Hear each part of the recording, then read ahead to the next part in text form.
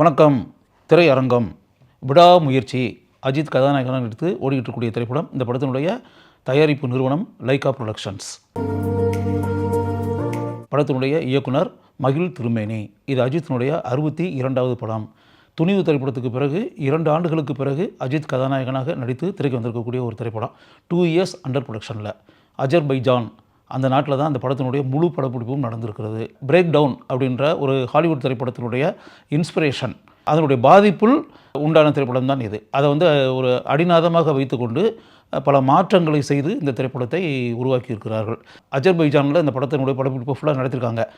அங்கே தான் இது ஒரு ஃபேமிலி சப்ஜெக்டாக ஓப்பன் ஆகுது.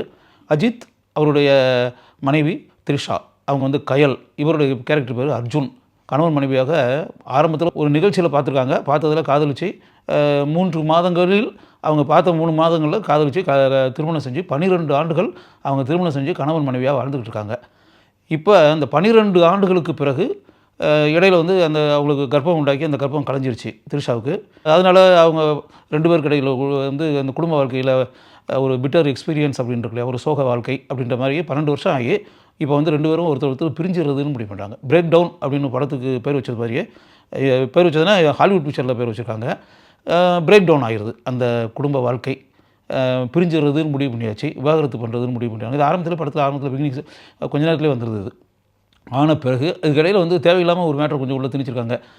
த்ரிஷா கதாபாத்திரத்துக்கு, கயல் கதாபாத்திரத்துக்கு ஏதோ வேறு ஒரு அஃபேர் இருக்குது அப்படின்றதும் அது அஜித்துக்குன்னு தெரிஞ்சு அப்படின்றது இந்த 2 பேரும் பிரியறதுக்கு அது கூட ஒரு காரணம் அப்படின்னு பிரிஞ்சிட முடிவு பண்ணிடுறாங்க. அப்போ பாக்குன்ற நகரத்தில் இவங்க இருக்காங்க. அவங்க அப்பா அம்மா இருக்குது திப்லிசின்னு சொல்லிட்டு ஒரு ஊர். அந்த ஊருக்கு நான் எங்கள் அப்பா அம்மாட்ட போயிடுறேன். இந்த விவாகரத்து மேட்டர்கள் இதெல்லாம் ப்ரொசீடிங்ஸ் நடந்துகிட்டு இருக்குல்ல, அது முடிவாகட்டும், அது வரை நான் என் பேரண்ட்ஸ்கிட்ட போய் நான் இருக்கிறேன்ற மாதிரி த்ரிஷா சொல்கிறாங்க.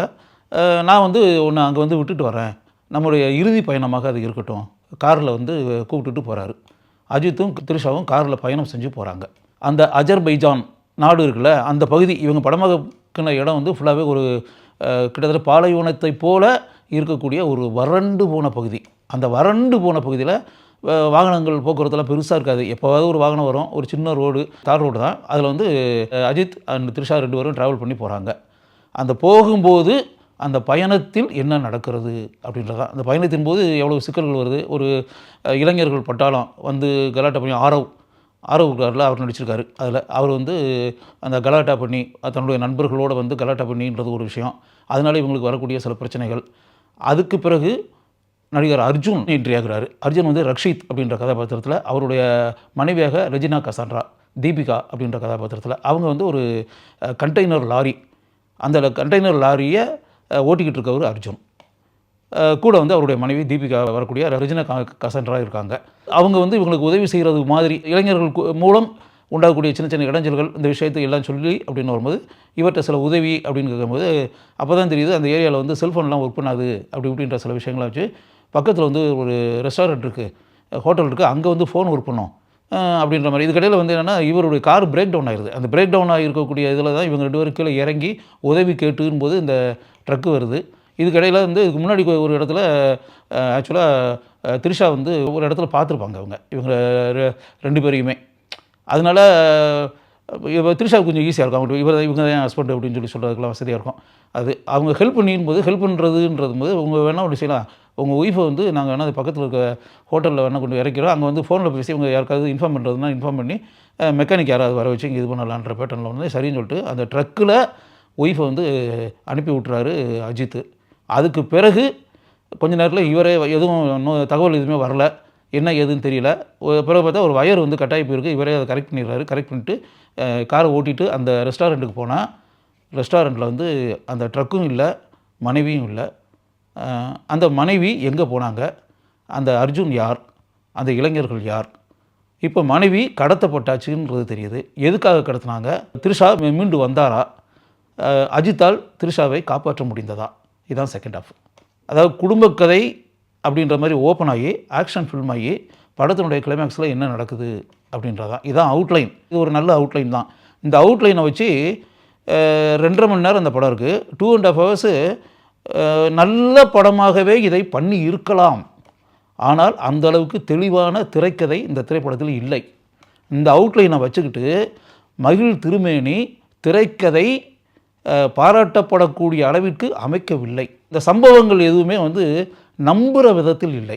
கிட்டத்தட்ட ஒரு 50 ஆண்டுகளுக்கு முன்னாடி 50-60 வருஷத்துக்கு முன்னாடி மெக்கனாஸ் கோல்டு மாதிரி படங்களில் வரும் இல்லையா, கவுபாய் பிக்சர்ஸில் அப்படியே பல திருப்பங்கள் டேர்னிங்ஸ் இதெல்லாம் வரும். நம்பத்தகாத கேரக்டர்கள் வரும். நம்பிக்கிட்டே இருக்கக்கூடிய கேரக்டர் பார்த்தா நம்பத்தகாத கேரக்டராக மாறும். இந்த பேட்டர்ன்லாம் இதை 60 இயர்ஸ் பேக் வந்து ஹாலிவுட் பிக்சர்ஸில் வந்து கவுபாய் பிக்சர்ஸில் வரக்கூடிய மேட்ரு கிட்டத்தட்ட அந்த பேட்டர்ன் ஸ்கிரிப்ட் இந்த படத்தில் பண்ணியிருக்காங்க. இந்த அவுட்லைனை வச்சுக்கிட்டு திரைக்கதை சீராக அமைக்கப்படாததால் ஒரு முழு நிறைவு இந்த படத்தை பார்க்கும்போது நமக்கு கிடைக்கல. கிட்டத்தட்ட பார்த்தா ஒரு 10% நம்ம எதிர்பார்த்து போனோம் அப்படின்னு வச்சுங்களேன், நமக்கு கிடைக்கக்கூடிய சாட்டிஸ்ஃபேக்ஷன் 40%. பெர்ஃபார்மன்ஸ் அப்படின்னு போகும்போது அஜித்தை பொறுத்தளவில் அவருடைய இன்றைக்கி இருக்கக்கூடிய வயசுன்னு இருக்குல்ல, அந்த வயசுக்கு ஏற்றது மாதிரி கேரக்டர் மெஜஸ்டிக் ரோல் அஜித் வந்து ஆக்சுவலாக நல்லா பண்ணியிருக்காரு. இன்னும் சொல்லப்போனால் அந்த முழு படத்தையும் அஜித் தன் தோளில் சுமந்திருக்கிறார். த்ரிஷாவை பொறுத்தளவில் ஆக்டிங் ஸ்கோப்புன்றது ஒன்றும் பெருசாக அவங்களுக்கு ஒன்றும் கிடையாது. ஃபஸ்ட் ஹாஃபில் வந்து அவங்க வர்றாங்க, வந்த அளவில் ஷீ இஸ் ஓகே. செகண்ட் ஹாஃபில் வந்து அதை கடத்தி கொண்டு போய் எங்கேயோ ஒரு இடத்துல அடைச்சி வச்சிடறாங்கல்ல, அதனால் அவங்களுக்கு ஒன்றும் பெருசாக கிளைமேக்ஸில் தான் வர்றாங்க. அதனால் இப்போ அவங்களுக்கு பெருசாக பெர்ஃபார்ம் பண்ணுறதுக்கான ஸ்கோப் இல்லை. வந்த அளவில் அந்த கேரக்டருக்கு என்ன பண்ண முடியுமோ அதை த்ரிஷா பண்ணியிருக்காங்க. அர்ஜுனை பொறுத்தளவில் அவர் ஏற்று நடிக்கக்கூடிய அந்த கதாபாத்திரம் இருக்குல்ல, அந்த கதாபாத்திரத்துக்கு அர்ஜுன் என்ன பண்ண முடியுமோ அதை செஞ்சுருக்காரு. அர்ஜுன் மனைவியாக தீபிகா கதாபாத்திரத்தில் வரக்கூடிய ரெஜினா கசாண்ட்ரா எக்ஸ்ட்ரானரியாக பண்ணியிருக்காங்க. She is a very good artist. அது அந்த கேரக்டருக்கு பாராட்டக்கூடிய அளவிற்கு ரெஜினாவினுடைய நடிப்பு இருக்கிறது. ஆரவ் வந்து அந்த கதாபாத்திரத்திற்கு கச்சிதமாக பொருந்தி இருக்கிறார். இந்த படத்தினுடைய ஒளிப்பதிவாளர் ஓம் பிரகாஷ். ஒளிப்பதிவாளருடைய பங்கு பெரிய பங்கு. இன்னும் சொல்ல அஜர்பைஜான் அப்படின்ற அந்த ஏரியாவில் வறண்டு போய் கிடக்கக்கூடிய ஃபுல் பிக்சரே வறண்டு போய் தான் இருக்கும். அந்த வறண்டு போய் இருக்கக்கூடிய அந்த நிலப்பகுதி இருக்குல்ல, அதை கண் முன்னாடி கொண்டு வந்து நிறுத்தி இருக்கிறார் ஓம் பிரகாஷ். இதில் வந்து ஸ்டண்ட் காட்சிகளை சுப்ரீம் சுந்தர், ஸ்டண்ட் காட்சிகளை அவர் நன்கு அமைத்திருக்கிறார். என்பி ஸ்ரீகாந்த் அவர் தான் அந்த படத்தினுடைய படத்தொகுப்பாளர். செகண்ட் ஹாஃப் வந்து பல காட்சிகள் லெங்க்த்தியாக இருக்குது. அதெல்லாம் நிறைய நறுக்கியிருக்கலாம், குறைச்சிருக்கலாம். இன்னும் ஒரு 1/4 மணி நேரம் என் கணிப்பு காட்சிகளை குறைச்சிருந்தா இன்னும் கொஞ்சம் படம் பெட்டர் ஃபில்மாக இருந்திருக்கும். அதுபோல் இந்த படத்தினுடைய இசையமைப்பாளர் அனிருத்தை பொறுத்தவரை பாடல் காட்சிகளும் சரி, பின்னணி இசையிலும் சரி, அனிருத்தினுடைய பங்களிப்பு அப்படின்றதுல அதை வந்து ஆழமாக பதித்திருக்கிறார். ரீரிகார்டிங் வந்து ஆக்சுவலாக நல்லா பண்ணியிருக்காரு. செகண்ட் ஹாஃபில் வந்து ரீரிகார்டிங்கோட பங்கு குறிப்பிட்டு கூறக்கூடிய அளவிற்கு இருக்கிறது அப்படின்னு சொல்லிட்டு டோட்டலாக வந்து விடாமுயற்சி படம் அப்படின்னு வரும்போது என்னென்னா, ஒரு எதிர்பார்க்கப்பட்ட ஒரு திரைப்படம். அந்த திரைப்படத்தை லைகா ப்ரொடக்ஷன்ஸ் மாதிரி ஒரு படம் நிறுவனம் வந்து அப்படியே பணத்தை கொட்டி எடுத்திருக்காங்க. வெளிநாட்டில் படமாக்கப்பட்டிருக்கு. அஜித் மாதிரி ஒரு முன்னணி கதாநாயகன், நட்சத்திர கதாநாயகன் கல்ஷீட் கொடுத்து இந்த படத்தில் நடிச்சிருக்காரு. அப்படிலாம் வரும்போது ஒரு இயக்குனருடைய பங்குன்னு ஒன்று இருக்குல்லையா, மகிழ் திருமேனி தன்னுடைய பங்கை வந்து தெளிவாக புரிந்து கொண்டு அருமையாக திரைக்கதை அமைத்து இன்னும் சிறப்பான ஒரு படமாக இந்த படத்தை இயக்கியிருக்க வேண்டாமா? எவ்வளவு பெரிய பொறுப்பு!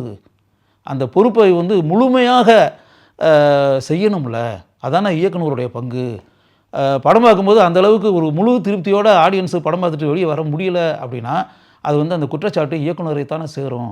அப்படி ஒரு முன்னணி கதாநாயகனை வைத்துக்கொண்டு, ஒரு முன்னணி பட நிறுவனத்தை வைத்துக்கொண்டு, எந்த அளவிற்கு வேணாலும் செலவழிக்கக்கூடிய அளவிற்கு இருக்கக்கூடிய சூழ்நிலைகள் இருக்க, அருமையான தொழில்நுட்ப கலைஞர்களுடைய பங்களிப்பு இதெல்லாம் இருக்க, மகிழ் திருமேனி இந்த படத்தை இன்னும் அருமையாக செய்திருக்க வேண்டும் அப்படின்றதான் உண்மை. அதனால் வந்து திரைக்கதையில் ஆழம் இல்லை, கதாபாத்திரங்களுடைய அமைப்பில் ஆழம் இல்லை, கதாபாத்திரங்கள் முழுமையாக செதுக்கப்படவில்லை, காட்சிகள் இன்வால்வ்மெண்ட்டோடு இருக்கக்கூடிய அளவிற்கு இல்லை அப்படின்னு. அதனால் வந்து படம் வந்து முழு திருப்தியை படம் பார்ப்போருக்கு உண்டாகாத அளவிற்கு இந்த திரைப்படத்தை மகிழ் திருமேனி இயக்கியிருக்கிறார். அது நிச்சயமாக ஒரு இயக்குனர் அப்படின்ற ஆங்கிளில் அவரை பற்றி சொல்கிறதாக இருந்தால் அவருடைய பங்கை இந்த படத்தில் பாராட்டக்கூடிய அளவிற்கு அவர் செய்யவில்லை அப்படின்றதான் உண்மை.